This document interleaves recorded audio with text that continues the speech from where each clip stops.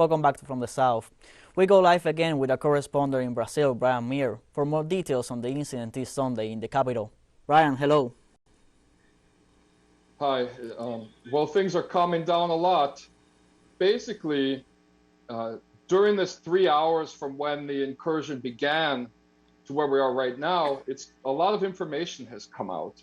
First of all, dozens of videos have appeared on the internet of military police officers taking pictures with the protesters, talking to them calmly inside of the government buildings while they were there destroying hundreds of thousands of dollars worth of Oscar Niemeyer designed furniture and artworks and things like that. And the governor of the federal district, a longtime close ally with former President Bolsonaro, fired his security secretary, who fled to Florida 2 days ago, incidentally. Since then, there's been an arrest warrant issued for Anderson Torres, the security secretary of Brasilia, because it appears as if there was full collusion between the military police and the terrorists.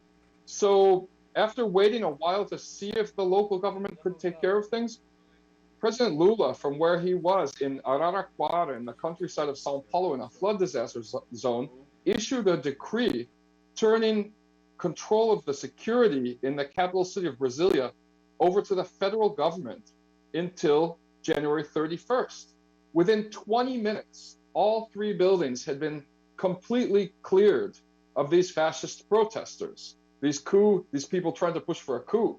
And that was done with the Brasilia civil police and federal police helicopters with tear gas. So at any moment, this could have happened. So the guilt is plainly falling on the heads of this farther than the normal right-wing military police, this far-right military police apparatus in the capital city of Brasilia, the security secretary, ex-security secretary, who's now facing jail time, and the governor himself.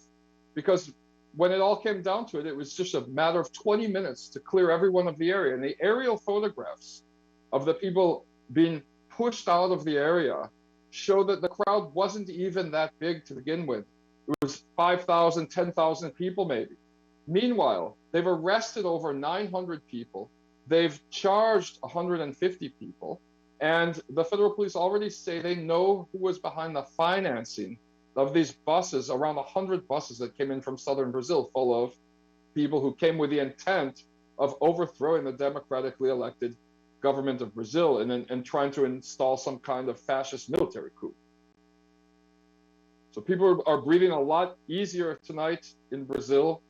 It looks like it's all over. In the coming hours, in the coming days, for the governance of the capital.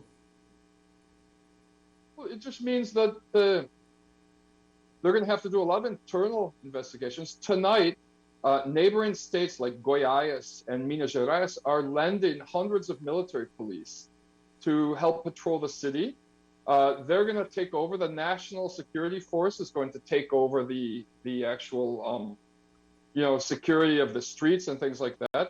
The civil police will probably be operating under leadership from some national government figure like Mario Capelli, who's been charged with taking over the apparatus temporarily. And they're going to have to do a lot of investigations into the military police.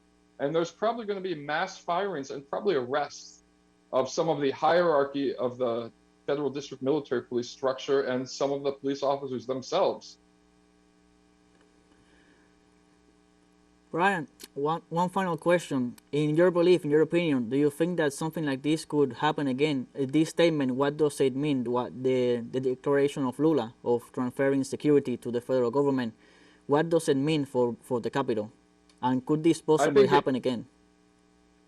I don't think it can happen again at this point. I think that it strengthens, if it had succeeded, that would have been a really bad sign. But the way it was so quickly crushed and the arrests began and the right-wing national media is calling all of the people who invaded the buildings terrorists now, even there, it's turning a large percentage of Brazil's conservatives against Bolsonaro and against Bolsonaro supporters. And it's strengthening the ability of the Lula administration to prosecute people who tried to implement the coup. And that goes all the way up to the top, to the Bolsonaro family themselves. So I think Lula comes out looking a lot stronger after this. Thank you, Brian, for your time hearing from the South and for this latest information on what happened today in Brazil's capital. Take it easy. Thank you, Brian. We're going to take a short break, and we'll have more news coming up.